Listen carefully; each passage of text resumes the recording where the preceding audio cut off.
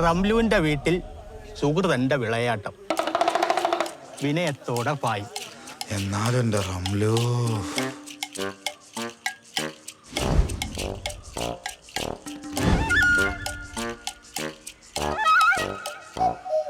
ഭായ് പാചരാക്കണിട്ട് എന്നെ തോണ്ടി വിളിച്ചോണ്ട് പറയാം.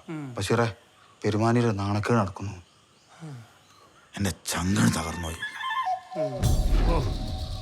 എന്നാലും കരീമ മണലാരണ്യത്തിലെ പൊരി വെയിൽ കിടന്ന് കഷ്ടപ്പെടുമ്പോ ഓളി ചെയ്തത് പോക്കിത്തരല്ലേ നായരെ?